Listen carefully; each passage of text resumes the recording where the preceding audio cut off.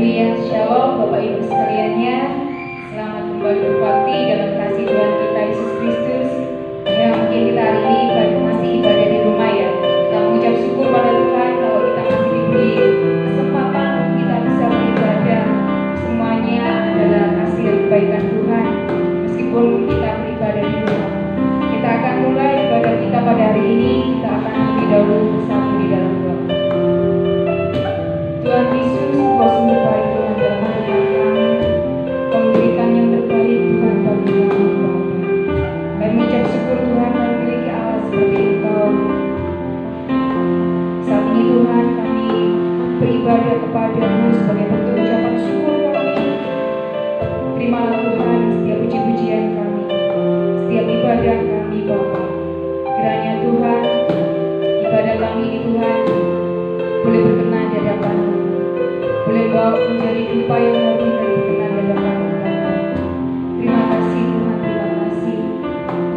Kami mau memuji muliakan nama-Mu lebih lagi Bapa. Di dalam nama Tuhan kami Yesus Kristus. Haleluya. Amin. Haleluya. Haleluya. Bila dalam kehidupan kita senantiasa mengucap syukur kepada Tuhan apapun yang terjadi dalam kehidupan kita. Karena kasih Tuhan senantiasa menyertai hidup kita. Bila kita senantiasa bersyukur cita selalu, bersyukur selalu bagi Tuhan. Haleluya. Kejamlah dan lihatlah betapa baiknya Tuhan kita. Haleluya. Haleluya.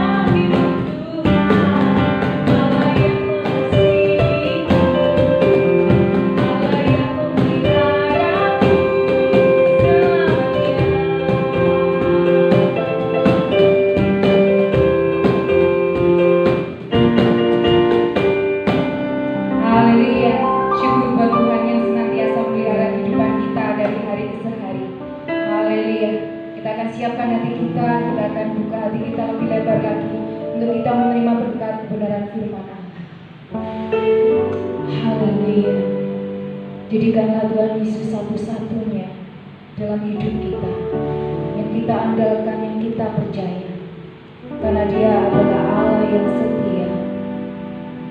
Jadikan Dia satu-satunya Tuhan dalam hidupan kita. Haleluya Yesus. Engkau Tuhan yang setia, waktu-Mu selalu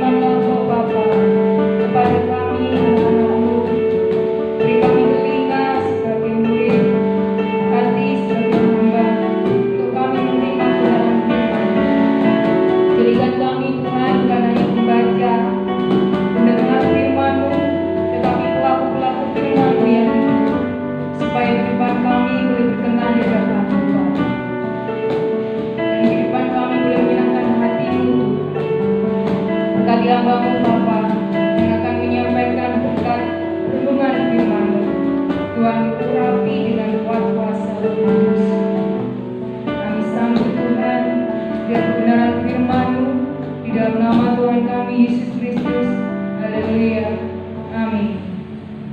Bapak Ibu yang sekasih Tuhan, kita bersyukur sama Tuhan kalau hari ini kita disatukan dalam ibadah bersama. Kami akan sampaikan kebenaran firman Allah mengenai hidup di dalam roh. Hidup di dalam roh. Kita akan baca dalam Alkitab kita dalam Roma 8. Kita mulai ayat pertama. Demikianlah sekarang tidak ada penghukuman bagi mereka yang ada di dalam Kristus Yesus. Roh yang memberi hidup telah memerdekakan kamu dalam Kristus dari hukum dosa dan hukum maut. Sebab apa yang tidak mungkin dilakukan hukum Taurat karena tak berdaya oleh daging, telah dilakukan oleh Allah dengan jalan mengutus anaknya sendiri dalam daging, yang serupa dengan daging yang dikuasai dosa. Karena dosa, Ia telah menjatuhkan hukuman atas dosa dan dalam daging, supaya tuntutan hukum Taurat digenapi di dalam kita yang tidak hidup menurut daging, tapi menurut roh. Sebab mereka yang hidup menurut daging memikirkan hal-hal yang dari daging. Mereka yang hidup menurut roh memikirkan hal-hal yang dari roh. Karena keinginan daging adalah maut, tetapi keinginan roh adalah hidup dan damai sejahtera. Sebab keinginan daging adalah perseteruan terhadap Allah, karena ia tidak takluk kepada hukum Allah. Hal ini memang tidak mungkin baginya. Mereka yang hidup dalam daging tidak mungkin berkenan kepada Allah. Tetapi kamu tidak hidup dalam daging, melainkan dalam roh, jika memang roh Allah diam di dalam kamu. Tapi jika orang tidak memiliki roh Kristus, ia bukan milik Kristus. Tapi jika Kristus ada di dalam kamu, maka tubuh memang mati karena dosa, tetapi roh adalah kehidupan oleh karena kebenaran. Dan jika roh Dia yang telah membangkitkan Yesus dari antara orang mati diam di dalam kamu, maka Ia yang telah membangkitkan Kristus Yesus dari antara orang mati akan menghidupkan juga tubuhmu yang fana itu oleh rohnya yang diam di dalam kamu. Jadi saudara-saudara, kita adalah orang berhutang, tetapi bukan kepada daging, supaya hidup menurut daging. Sebab jika kamu hidup menurut daging, kamu akan mati. Tapi jika oleh roh kamu mematikan perbuatan-perbuatan tubuhmu, kamu akan hidup. Semua orang yang dipimpin roh Allah adalah anak Allah.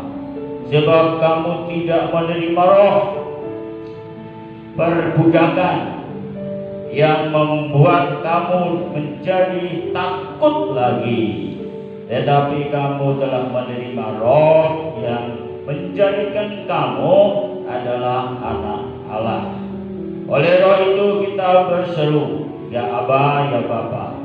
Roh itu berseru, bersaksi bersama-sama dengan roh kita bahwa kita adalah anak-anak Allah. Dan jika kita adalah anak, maka kita akan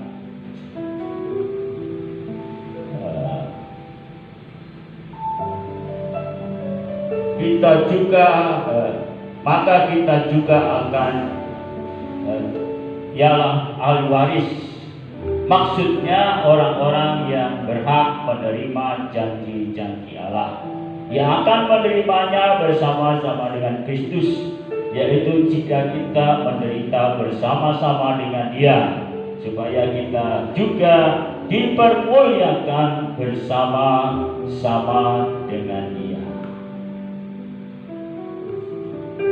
Kekasih dalam Tuhan, kekristenan itu tidak cukup hanya percaya Yesus. Ya. Seringkali karena kurang pengertian atau kurang pemahaman baik-baik, maka kita harus tahu persis bahwa yang diutamakan Allah adalah hidup yang namanya perubahan pribadi. Namanya yaitulah karakter ilahi, karakter Roh Kudus atau karakter Kristus. Sehingga nantinya kehidupan Kristiani itu akan mengalami sedemikian rupa serupa dengan Kristus. Itu sebenarnya dalam hal ini jangan sampai kita kurang paham. Sebab banyak dipanggil atau firman, sedikit yang terpilih. Jadi belum tentu semua orang percaya itu nantinya sampai masuk dalam kekekalan. Sebab waktu Yesus datang kali kedua, ada 5 perawan bijaksana saja yang diangkat ke angkasa. 5 perawan yang bodoh dalam Matius 25 yang ditinggal. Itu sebabnya firman ini menyadarkan pada kita, kiranya lebih ambil keputusan yang sungguh-sungguh untuk betul-betul selalu minta dipimpin oleh Roh. Karena di dalam kita ini ada Roh Kudus. Sehingga dalam hal ini kalau kita dengan kata lain dipimpin oleh Roh, maka perjalanan kita hari-hari itu bersama Allah, bersama Roh Kudus. Gitu. Sehingga kehidupan kita dalam dunia yang fana ini, mengalami apa saja, kita tidak pernah khawatir, cemas, bingung, takut-takut, tapi malah penuh suka cita. Sehingga Paulus mengatakan bersukacitalah senantiasa. Ya, sebab sukacita ini merubah yang namanya kepribadian kita, terutama keadaan kita. Wajah kita selalu penuh dengan senyum. Kenapa? Kekristenan ini adalah calon mempelai Kristus. Jadi kalau banyak senyum, namanya dengan kata lain pribadinya itu sebagai wanita yang betul-betul berkenan kepada Tuhan. Ini sebabnya kita mengikuti menurut mau sendiri. Artinya kehendak daging, hidup lama, ambil keputusan, jangan ikut-ikutan saja, ya, jujur ya, sehingga ambil keputusan. Biarpun kita teman baik atau bagaimana sama-sama orang percaya orang Kristen, kalau hidup mereka tidak mengikuti pimpin Roh, jangan sampai diturun. Bahkan kita memberi nasihat supaya mereka juga hidup menurut Roh. Karena tujuan kita adalah masuk dalam kekekalan. Itu dalam ini memang ya jujur banyak orang tetap panggil, tapi jujur kita mengatakan banyak dipanggil, sedikit dipilih. Banyak orang yang berseru-seru Tuhan, Tuhan, tapi tidak semuanya masuk surga. Nanti baca di Matius 25. 5 perawan bodoh, 5 perawan bijaksana. Sehingga kita sekaliannya yang telah mendengar firman, ambillah keputusan, aku mau jadi bijaksana. Lalu bagaimana bijaksana? Roh ini adalah guru ilahi. Ya, kita yang sekolahnya tidak terlalu tinggi. Di dalam 1 Yohanes, bahwa dia itu adalah guru ilahi yang akan membimbing kita sepanjang hidup ini dan memberikan petunjuk-petunjuk yang berdasarkan kitab suci. Namanya ilham ilahi atau rema-rema, ya. 1 Yohanes pasal 2 ayat 27. Ini bukan berarti kita nggak perlu sekolah STH. Mama gitu, boleh-boleh aja.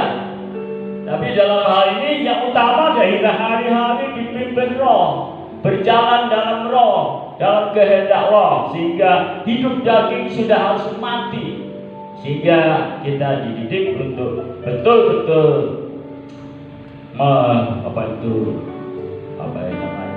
menyalurkan daging. Ya, kita baca 1 Yohanes 2 ayat yang ke-27.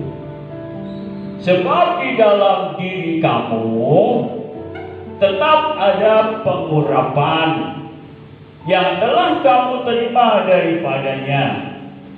Karena itu tidak perlu kamu diajar oleh orang lain, tetapi sebagaimana pengurapannya mengajar kamu tentang segala sesuatu dan pengajarannya itu benar, tidak dusta.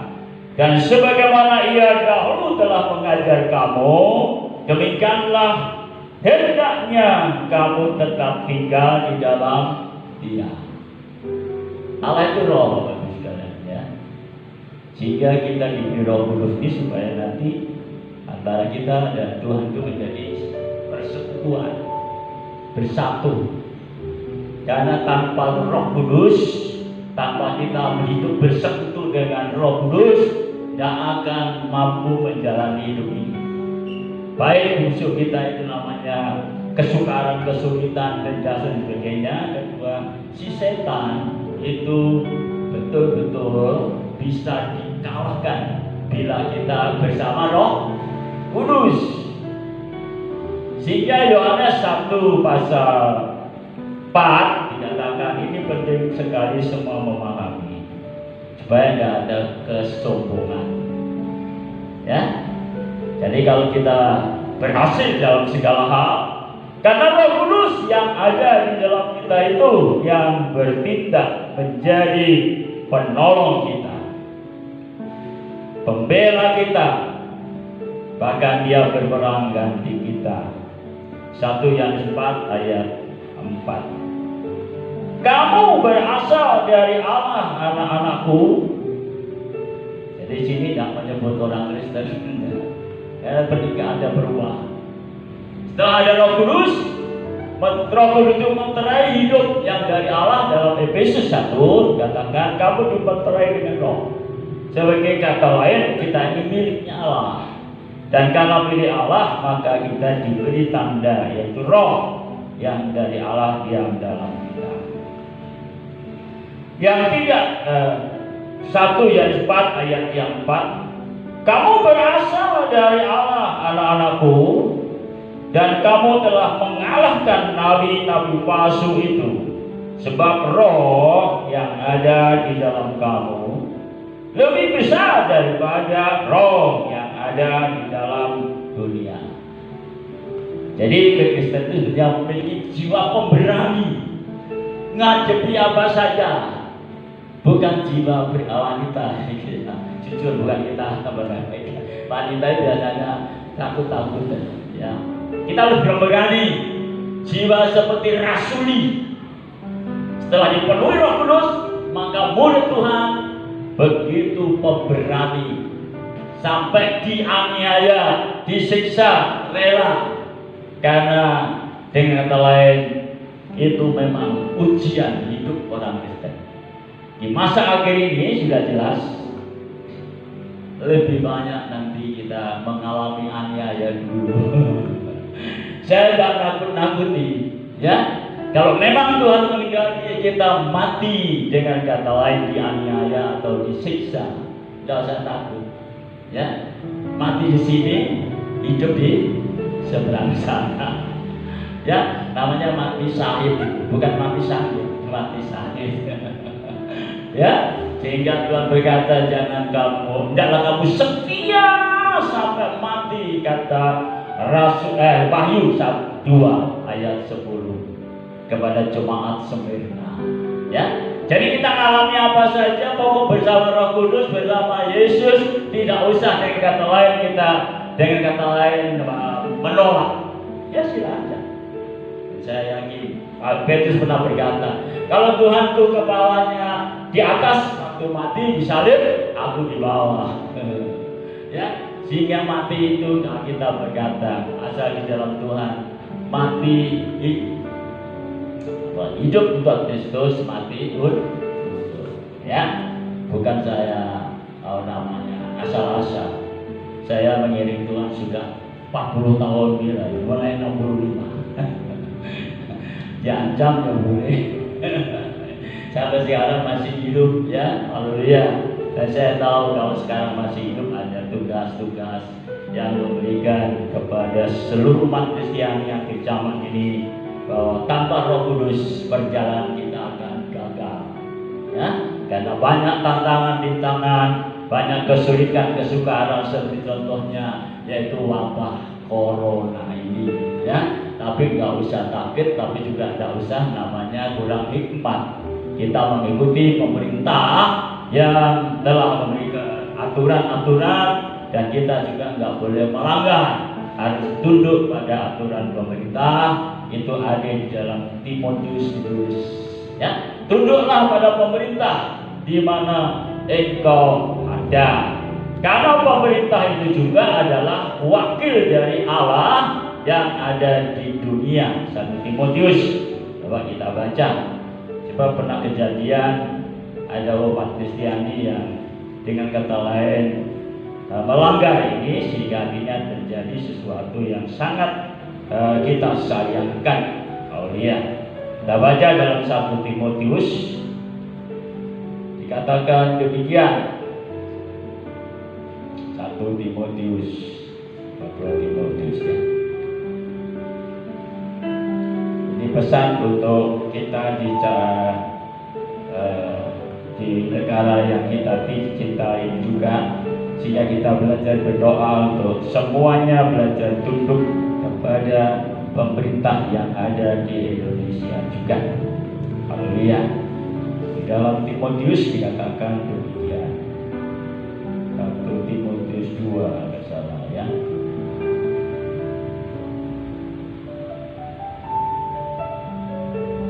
Pertama-tama aku menasihatkan, naikkan permohonan dan syafaat dan ucapan syukur untuk semua orang, untuk raja-raja dan untuk semua pembesar, agar kita dapat hidup tenang dan tentram dalam segala kesalehan dan kehormatan.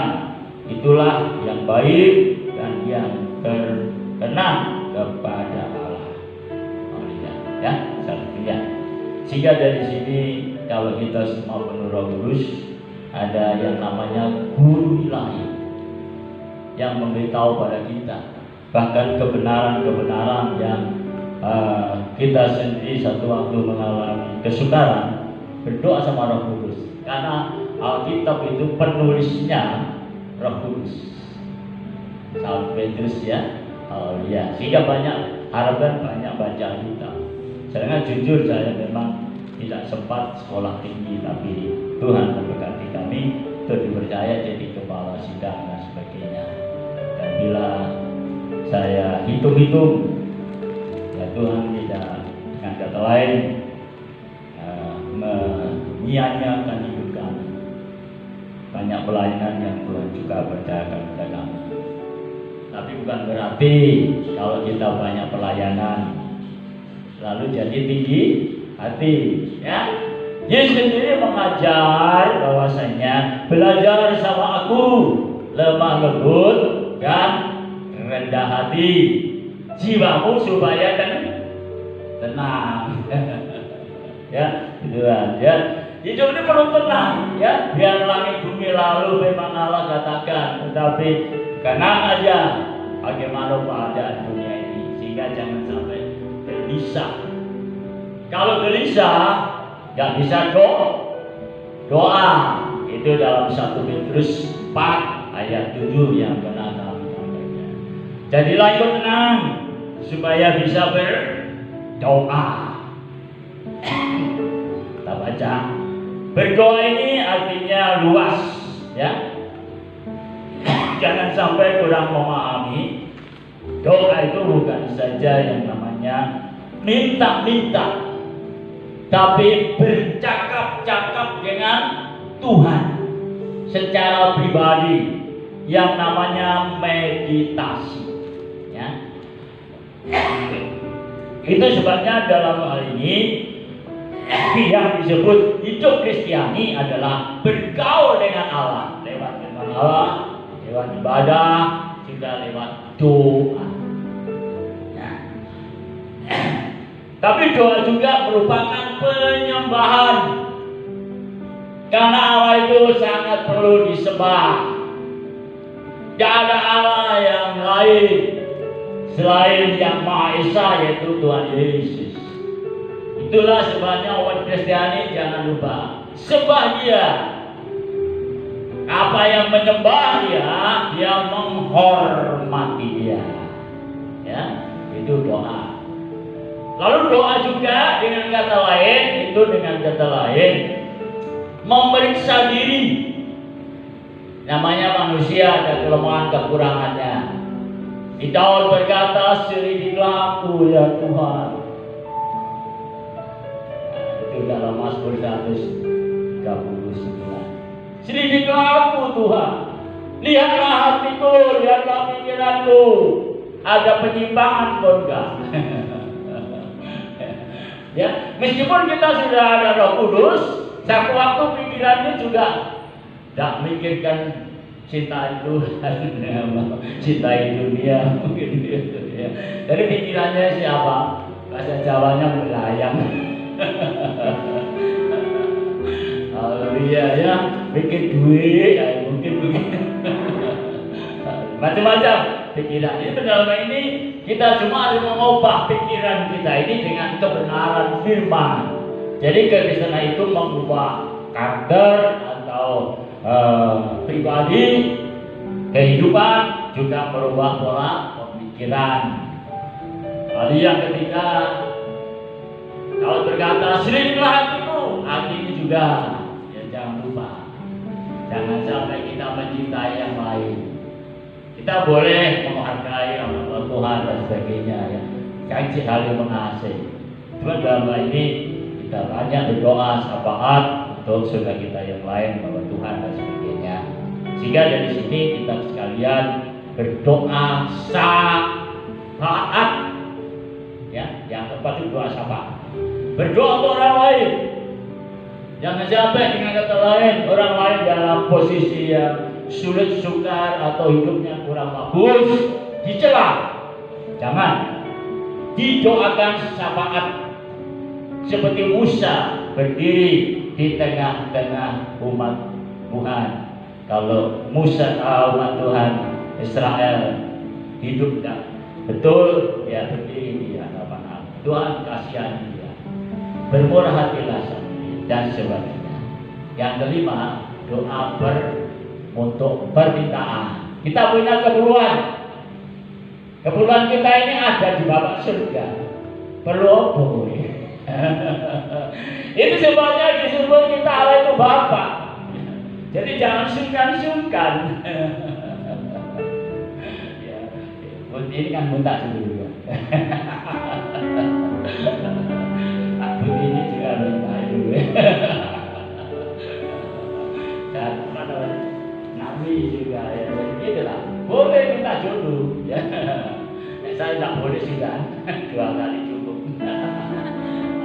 Ya, sehingga jangan pikir bahwasanya ada niat-niat jahat. Mencintai Tuhan lebih lagi harus sudah urus seperti kami ini, ya. Kita juga harus tahu diri, makanya tidak pantas di uang. Satu contoh gitu. Sehingga doa itu dengan kata lain, jangan berpikir kalau kita doa mesti dikabulkan.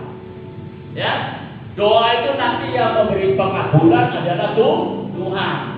Doa tidak boleh memaksa Tuhan, tapi doa itu dengan kata lain minta belas kasihan Allah, gitu ya. Sehingga nantinya tahu-tahu dapat apa? Mujizat.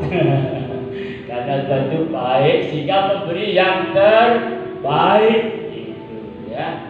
Kalau saya saksikan malam suntuk nanti ya. Sebenarnya dalam hal ini perlu sekali kehidupan kita ini penuh bijaksana, tidak lagi hidup menurut daging, tapi menurut pimpinan Roh Kudus ya. Dari pagi doa sama ajar sudah saya ingatkan, Markus 1:35, Yesus mulai doa ajar, tujuannya hidupnya dipimpin, bimbing, dituntun oleh Roh Kudus. Si penyanyian berkata, peganglah tanganku Roh Kudus itu ya. Haleluya. Saya belajar terus dan akhirnya saya mengalami bagaimana hari-hari dipimpin oleh Roh Kudus. Harinya senang ya, sukacita. Orang-orang ngomong sama saya, ada nanti buya-buya loh. Saya bukan stres, saya di mana-mana saya juga hati saya penuh sukacita, penuh sukacita. Ada damai sejahtera, ada ketenangan. Dihina aja saya tak apa-apa. Jadi apa Tuhan tak boleh membalas jahat dengan jahat, gitu ya. Umat Tuhan jangan begitu ya. Temannya umat Kristiani waspada, jangan sampai dibangun ikuti kehendak daging, yang kita ikuti pimpinan Roh dalam hidup kita sepanjang hidup ini. Ya, itu sebabnya dari sini saya menyampaikan kebenaran ini membawa kita dasar, karena tujuan kita bukan hanya di dunia. Dunia ini persiapan untuk menjadi calon mempelai wanita Kristus, sehingga dengan kata lain milikilah karakter baru, karakter yang berkenan sama Allah. Sehingga dari sini supaya kita semua melalui firman Allah, melalui Roh Kudus, melalui satu sama lain, supaya karakter kita itu betul-betul karakter ilahi, karakter Kristus. Ya, kita ambil satu contoh dalam Roma tadi. Rencana Allah ini jangan sampai diubah atau diselewengkan. Dalam Roma pasal 8, Roma pasal 8. Jadi rencana Allah itu begitu, jangan sampai diselewengkan. Roma pasal yang ke-8 dikatakan demikian selanjutnya. Haleluya. Saya ambil pokok aja karena waktu sudah cukup untuk kita menyampaikan kebenaran Allah. Ya, haleluya. Kita baca dalam Roma pasal ke-8 ayat yang ke-25. Begini bunyinya.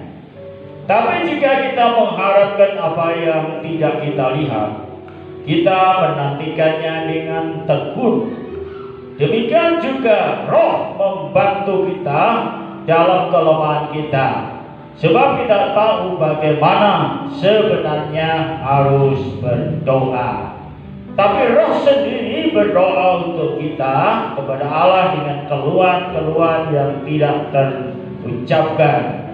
Dan Allah yang menyelidiki hati nurani mengetahui maksud Roh itu, yaitu bahwa ia sesuai dengan kehendak Allah berdoa untuk orang-orang kudus.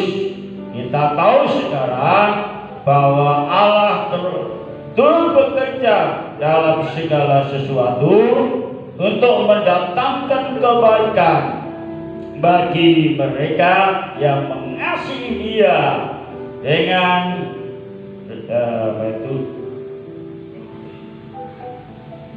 bagi mereka yang terpanggil sesuai dengan rencana Allah.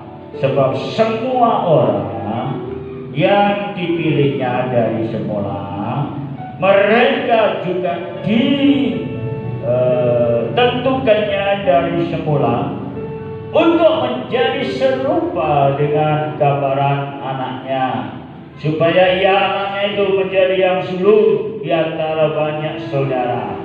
Dan mereka yang ditentukannya dari semula, mereka itu juga dipanggilnya. Dan mereka yang dipanggilnya, mereka itu juga dibenarkannya.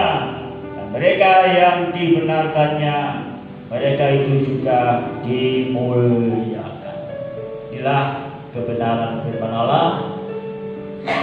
boleh kami sampaikan menjadi berkat untuk kita sekalian, supaya kita betul-betul bijaksana mengambil keputusan, tidak lagi hidup menurut daging atau mau sendiri, tapi menurut bimbingan tuntunan Roh Kudus. Tuhan memberkati. Syukur, terima kasih Bapa, kami naikkan kepadamu. Terima kasih Tuhan buat kebenaran firman-Mu yang telah kami terima saat ini Bapa, yang boleh menguatkan kami, yang boleh mengajarkan kami, supaya dalam kehidupan kami senantiasa mengandalkan Roh Kudus-Mu. Karena hanya dengan Roh Kudus-Mu Tuhan, kami mampu menjalani kehidupan ini. Karena hanya dengan bersama dengan Roh Kudus-Mu Tuhan, kami dapat menjadi manusia yang semakin hari semakin lebih baik lagi, menjadi manusia yang lebih hari lebih berkenan di hadapan-Mu Bapa. Tuhan Yesus, setiap kebenaran firman-Mu kami mau taruh dalam hati kami. Jadikan kami Tuhan pelaku-pelaku firman-Mu yang hidup. Jadikan kami Tuhan sebagai alat besaran kemuliaan bagi nama-Mu. Biarlah lewat kehidupan kami Tuhan, nama Tuhan dipermuliakan. Berkati hamba-Mu yang telah menyampaikan kebenaran firman-Mu, dan berkati dalam pelayanannya, dan berkati dalam keluarga rumah tangganya, dan berkati di dalam haleluya Tuhan pekerjaannya Bapa. Dan setiap kami Tuhan yang mendengarkan firman-Mu dan melakukannya, kami yakin dan percaya berkat Tuhan menyertai kami. Di dalam nama Tuhan kami Yesus Kristus, syukur kami naikkan atas firman-Mu. Amin.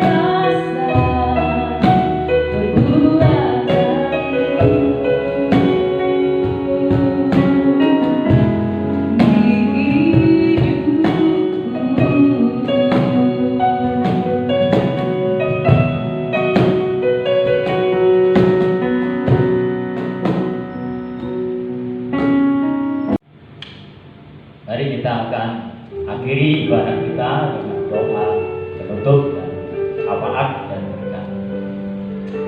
Bapa di surga, terima kasih banyak kesempatan yang luar biasa Bapa berikan bagi kami sekalian yang hadir pada malam hari ini, bahkan juga yang mendengar kebenaran firman ini, supaya di tengah keadaan yang ada di akhir zaman ini, Roh Kudus yang menjadi pemegang pimpinan dalam kehidupan setiap kami, sehingga kami semuanya hidup dalam kehendak Roh, tidak lagi hidup menurut kehendak sendiri, kehendak daging, hawa nafsu yang menuju kebinasaan. Hingga kami sekalian akan siap datangan kedua kali dari Tuhan Yesus kapan saja. Kami akan diangkat ke angkasa sesuai janjinya. Terima kasih Tuhan, kedangkan tangan kuasa-Mu, berkati kami sekalian, sobar naungan pimpinan dalam kehidupan kami sekalian. Seluruh kekasih Tuhan, terima berkat Bapa, kuasa kasih-Nya yang limpah-limpah dengan damai, sejahtera dan sukacita dan gembira Ria sepanjang hidup ini. Dan biarlah persekutuan Roh Kudus makin erat dalam kehidupan kami, hari-hari tanpa Tuhan terperenggak. Terima kasih doa negara bangsa kami Indonesia. Kiranya Allah memberikan hikmat bangsa kami ini, pemimpin bangsa kami ini. Bahkan Kau menyatakan diri-Mu Tuhan kepada bangsa yang besar ini untuk panggilan ilahi, panggilan surgawi melalui pemberitaan firman di mana saja diadakan oleh umat Tuhan. Kasih Immanuel Allah beserta kita sepanjang jalan ini. Dalam